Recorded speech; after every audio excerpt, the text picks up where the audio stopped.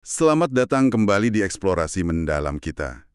Hari ini kita mau coba bongkar satu pertanyaan penting nih. Apa sih sebetulnya yang bikin seseorang itu semangat belajarnya tinggi? Yang nggak takut tantangan, gigih. Terus kalau gagal ya bangkit lagi. Motivasi adaptif, gitu ya istilahnya. Iya, betul. Dan sumber kita kali ini menarik banget. Dari bab 1 buku Soft Theories, karya Carol Dweck.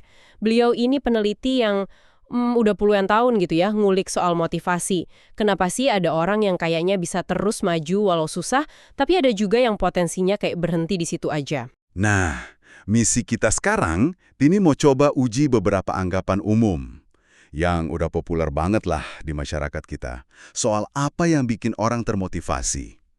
Kita lihat nanti gimana pandangan soal kemampuan, kesuksesan, pujian, bahkan percaya diri itu seringnya malah beda ya sama temuan riset.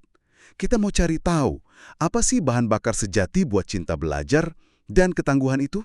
Siap-siap aja nih, mungkin ada beberapa hal yang bikin kaget. Soalnya riset Dweck ini seringkali, gimana ya, menantang intuisi kita gitu. Misalnya nih, anggapan kalau orang paling pinter atau paling berbakat itu otomatis paling tangguh. Ternyata belum tentu. Atau yang sering sukses terus-terusan? Itu juga katanya bukan jaminan ya? Bukan jaminan. Bahkan, niat baik kita muji anak, bilang, wah kamu pinter, itu bisa jadi malah sebaliknya efeknya. Kontraproduktif. Serius? Bisa jadi. Dan soal percaya diri, ternyata itu bukan akar masalah utamanya. Yang paling mastery oriented, maksudnya yang paling suka tantangan, paling gigi gitu. Kedengerannya logis banget kan? Iya, kedengarannya logis. Tapi data penelitian justru sering ngasih lihat gambaran yang lebih rumit. Studi dari Leggett, terus juga Leach dan Dweck sendiri, nemuin fakta yang cukup mengejutkan. Ternyata nggak sedikit loh individu yang kemampuannya tinggi ini, malah mereka yang paling gampang cemas soal kegagalan. Hah? Kok bisa? Paling cemas? Iya, mereka bisa jadi gampang banget mempertanyakan kemampuan diri sendiri, begitu ketemu kesulitan. Malah kadang semangatnya langsung hilang gitu aja. Tunggu. Ini menarik. Kenapa bisa gitu ya? Kalau mereka memang mampu, harusnya kan lebih pede dong hadapi sulit. Nah, ini dia nih petunjuk pentingnya, yang nanti akan bawa kita ke inti pembahasan. Seringkali ini bukan soal kemampuan asli dia, tapi lebih ke, gimana cara mereka mandang kemampuan itu sendiri. Kalau seseorang udah nempel banget sama identitas si pintar atau si berbakat, tiap tantangan itu bisa kerasa kayak ujian hidup mati buat identitas itu. Oh, jadi kesulitannya bukan lagi peluang belajar ya? Betul, malah jadi kayak potensi vonis. Wah, ternyata kamu nggak sepinter itu. Pernah nggak sih ada amati fenomena ini? Atau mungkin pernah ngerasain sendiri di bidang yang Anda kuasai banget, tapi jadi ragu gitu mau coba level berikutnya. Iya, kebayang sih. Itu menjelaskan kenapa kadang orang yang kelihatannya kompeten banget, malah paling anti ambil resiko ya? Oke. Ini nyambung nih ke anggapan berikutnya. Kalau gitu, mungkin bukan kemampuan awal, tapi rentetan kesuksesan kali ya yang jadi kunci. Kalau kita sering berhasil, di sekolah atau kerja, itu pasti otomatis bangun mental mastery oriented, bikin kita lebih berani, gitu kan? Nah, lagi-lagi nih, kenyataannya nggak sesimpel itu juga. Macam-macam studi, ya, termasuk Diener and Dweck, terus Dweck sendiri di tahun 75, sampai Cummins and Dweck, Muller and Dweck, itu konsisten nunjukin bahwa riwayat kesuksesan itu sendiri dampaknya relatif kecil ternyata buat numbuhin keinginan cari tantangan baru atau kemampuan bangkit dari jatuh. Malah, kadang efeknya bisa sebaliknya. Sebaliknya, gimana ceritanya sukses malah bikin orang jadi kurang tangguh atau kurang berani? Bukannya sukses itu bagus buat pede? Bisa jadi begitu kalau suksesnya itu diraihnya terlalu gampang, tanpa perlu usaha keras banget atau ngatasin rintangan yang berarti. Pengalaman kayak gitu bisa secara nggak sadar ngajarin kita kalau sukses itu ya gampang. Akibatnya apa? Orang mungkin jadi males ambil tantangan lebih besar, yang jelas-jelas butuh usaha dan ada resiko gagalnya. Oh, jadi mending di zona nyaman aja gitu ya? Iya, mereka lebih milih bertahan di zona nyaman kesuksesan mudah itu daripada mempertaruhkan label sukses mereka. Jadi sukses aja nggak cukup. Gimana sukses itu diraih dan dimaknai itu juga penting banget. Mulai masuk akal nih. Sekarang soal pujian. Ini nih yang kayaknya paling sering kita lakuin, niatnya baik pastinya, apalagi ke anak-anak.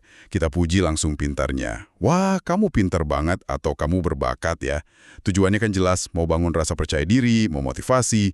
Pasti bagus dong ini. Niatnya sih pasti baik ya, tapi dampaknya, nah ini menurut riset Cummins dan Dweck, Mueller dan Dweck juga, justru bisa sangat berlawanan sama harapan kita. Pujian yang fokus ke atribut tetap, kayak pintar atau bakat, itu ternyata bisa bikin anak malah lebih takut gagal. Takut gagal, gara-gara dipuji pinter, kok bisa gitu? Bukannya harusnya mereka jadi ngerasa lebih mampu ya? Karena pujian jenis itu secara nggak sadar ngegeser fokus si anak. Pesan yang ketangkap sama dia itu, jadi pintar itu yang penting, dan pintar itu sesuatu yang kamu punya, kayak barang gitu. Akibatnya, prioritas mereka itu bukan lagi di proses belajar dan usaha, tapi lebih ke gimana caranya kelihatan pintar, dan menghindarin situasi yang bisa bikin mereka kelihatan nggak pintar. Oh, jadi tantangan malah dihindari ya? Betul. Dan pas akhirnya ketemu kesulitan, kan pasti akan ketemu ya. Mereka malah lebih cepat ragu sama diri sendiri. Mikirnya, wah jangan-jangan aku nggak sepintar yang dibilang. Dan performa mereka cenderung lebih jelek dibanding anak yang dipuji usahanya.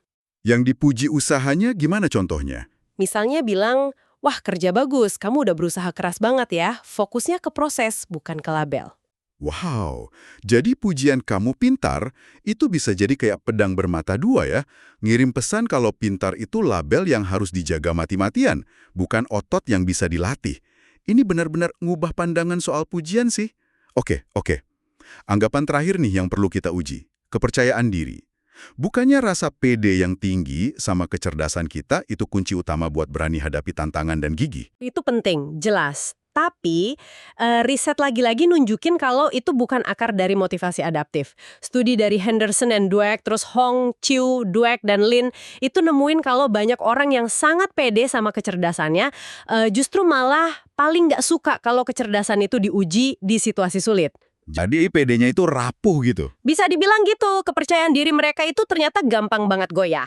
Begitu kena kemunduran atau kritik, rasa pede itu bisa langsung anjlok. Mereka nyaman merasa pinter, tapi nggak nyaman pas harus buktiin kepintaran itu lewat perjuangan. Oke, jadi kalau bukan kemampuan awal yang hebat, bukan juga rekam jejak sukses yang mulus, bukan pujian soal kecerdasan, dan bukan juga sekedar rasa percaya diri yang tinggi, terus apa dong sebetulnya fondasi motivasi adaptif ini? Apa yang bikin orang nggak jiper belajar hal baru yang susah? Nah, ini dia jantungnya bab 1 buku Dweck. Setelah kita bongkar mitos-mitos tadi, Dweck nawarin jawaban yang mendasar banyak. Kualitas mastery oriented itu akarnya bukan pada apa yang kita punya, kayak kemampuan, sukses, pede, tapi pada apa yang kita yakini tentang hakikat kecerdasan itu sendiri. Ini yang dia sebut self-theories atau teori tentang diri. Teori tentang diri ya? Ada dua jenis berarti? Iya, ada dua keyakinan fundamental yang beda banget. Yang pertama itu teori entitas. Ini keyakinan kalau kecerdasan itu kayak entitas, sesuatu yang sifatnya tetap. Anda punya kadar tertentu, ya udah segitu aja, nggak bisa banyak berubah. Oh, ini yang sering disebut fixed mindset itu ya? Betul sekali, fixed mindset. Anda ngerasa dikasih tingkat kecerdasan tertentu, dan batasnya ya di situ. Terus dampaknya apa kalau orang punya keyakinan fixed mindset ini? Jadi sumber cemas, karena kalau gagal, itu dianggap bukti final kalau mereka emang nggak cukup pintar. Ujung-ujungnya gimana tuh? Ya, akibatnya mereka mungkin hindarin kesempatan belajar yang bagus kalau ada resiko kelihatan bodoh. Dan cenderung lebih cepat nyerah pas ketemu rintangan. Bukan karena nggak mampu ya, tapi karena rintangan itu ngancam citra diri pintar mereka. Studi Bandura and Dweck, Dweck and Leggett banyak bahas ini. Wah, kedengarannya membatasi potensi banget ya. Lalu apa alternatifnya? Keyakinan yang kedua. Sesuatu yang bisa dikembangin lewat usaha, belajar, strategi yang pas, dan bantuan orang lain. Ini yang kita kenal sebagai growth mindset. Growth mindset. Jadi bukan berarti nggak ada perbedaan awal ya? Bukan. Orang dengan mindset ini nggak nyangkal kok kalau ada perbedaan titik awal atau kecepatan belajar tiap orang. Tapi mereka percaya intinya siapapun itu bisa jadi lebih pintar atau lebih terampil kalau ada dedikasi dan proses belajar yang tepat. Jadi fokusnya lebih ke potensi pengembangan bukan bakat semata ya? Tepat sekali. Dan menariknya nih, Alfred Binet yang bikin tes IQ pertama itu, justru dia penganut teori pertumbuhan loh. Oh iya? Bukannya tes IQ itu sering dipakai buat nge-label orang? Nah itu dia, ironisnya. Tujuan awal Binet bikin tes itu bukan buat nge-label permanen kecerdasan anak, tapi justru buat identifikasi siapa nih yang butuh bantuan pendidikan ekstra biar potensi intelektualnya bisa berkembang optimal. Sayang banget tesnya sering disalahgunain buat tujuan sebaliknya ya. Wah, itu fakta menarik. Terus, apa konsekuensi positifnya kalau kita percaya sama teori pertumbuhan ini? Konsekuensinya sangat memberdayakan. Orang dengan growth mindset itu cenderung lihat tantangan bukan sebagai ancaman, tapi sebagai kesempatan seru buat belajar dan tumbuh. Usaha keras bukan lagi tanda kebodohan buat mereka, tapi justru jalan menuju penguasaan.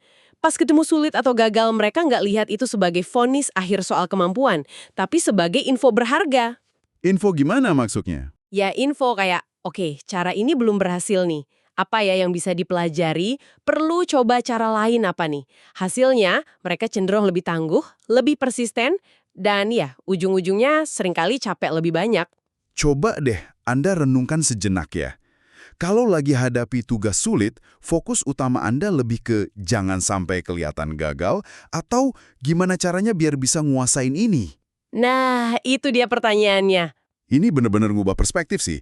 Jadi intinya, cara kita mikir soal kecerdasan kita sendiri, apa kita lihat itu kayak patung yang udah jadi, atau tanah liat yang masih bisa dibentuk, ternyata dampaknya jauh lebih gede ke motivasi dan ketahanan kita. Lebih gede dari level kemampuan kita sekarang, sejarah sukses kita, pujian, atau bahkan rasa pede awal kita. Persif. Keyakinan pada potensi diri buat tumbuh, keyakinan kalau usaha itu ada gunanya buat pengembangan diri, nah itulah kunci sesungguhnya dari motivasi adaptif. Ini faktor pembeda yang ngejelasin kenapa ada orang yang mekar di bawah tekanan, sementara yang lain malah layu. Oke, kita udah paham nih dua cara pandang dasar ini. Teori entitas, fix, sama teori pertumbuhan, growth. Sekarang, gimana sih keyakinan ini, entah kita percaya kecerdasan itu tetap atau bisa tumbuh, benar-benar muncul dalam tindakan dan perasaan kita pas lagi hadapin kesulitan atau gagal? Di sinilah kita lihat wujud paling jelas dari kedua mindset ini. Riset Dweck terutama bareng Dianar itu ngidentifikasi dua pola respons yang kontras banget pas orang hadapi kesulitan. Pola-pola ini itu konsekuensi langsung dari mindset yang mereka pegang. Mereka nyebutnya pola tak berdaya, helpless pattern, sama pola berorientasi penguasaan, mastery-oriented pattern. Ini kayak pratinjau ya buat pembahasan lebih dalam nanti, tapi penting buat paham dasarnya. Oke, kita intip dikit ya. Mulai dari pola tak berdaya atau helpless. Kayak gimana tuh responsnya? Individu yang masuk ke pola ini, pas dihadapin sama kegagalan, misalnya soal susah atau dikritik gitu ya, cenderung langsung nyalahin kurangnya kemampuan mereka. Pikiran kayak, emang aku bodoh, atau aku emang gak bakat di sini, itu muncul. Kenapa? Ya karena dalam kerangka fixed mindset, gagal itu bukti langsung dari keterbatasan kecerdasan yang permanen. Terus akibatnya gimana? Akibatnya, ekspektasi mereka buat sukses ke depannya langsung jatuh. Muncul perasaan negatif kayak cemas, malu, atau putus asa. Motivasi buat terus nyoba juga turun drastis.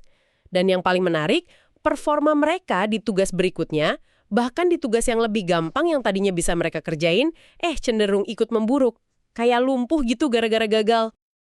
Wah, bener-bener kedengeran tak berdaya ya. Lalu kontrasnya gimana? Pola berorientasi penguasaan atau mastery oriented? Nah, ini cerminan dari growth mindset pas lagi beraksi. Ketika hadapi kesulitan yang sama, fokus mereka itu bukan nyalahin kemampuan, tapi sebaliknya mereka fokus ke apa yang bisa dilakuin. Mereka mikirin strategi. Cara ini nggak berhasil, coba cara lain atau mungkin perlu usaha lebih keras nih, atau cari info tambahan. Jadi kesulitan dilihat beda ya? Iya, kesulitan dilihat sebagai bagian wajar dari proses belajar, bukan penghakiman atas diri mereka. Karena gagal itu nggak ngancam identitas pintar mereka kan, mereka percaya bisa berkembang soalnya. Jadi emosi mereka cenderung tetap stabil, bahkan mungkin jadi tertantang. Kegigihan mereka kejaga, dan seringkali performa mereka malah naik karena mereka aktif cari solusi dan belajar dari salah. Dan Dweck nemuin kalau ini tuh bukan cuma kasus orang-orang ekstrim aja kan ya? Pola respons ini cukup umum gitu. Betul banget. Riset Dinar dan Dweck itu nunjukin kalau pas dihadapkan tantangan atau gagal, ya kira-kira separuh orang cenderung nunjukin respons pola tak berdaya dan separuhnya lagi nunjukin respons pola berorientasi penguasaan. Setengah-setengah ya kira-kira? Iya, ini nunjukin betapa mendasarnya perbedaan cara pandang soal kecerdasan ini dalam ngebentuk reaksi kita sehari-hari. Pemahaman soal dua pola ini, gimana orang mikir, merasa, bertindak pas gagal, yang akarnya dari mindset mereka, jadi penting banget ya.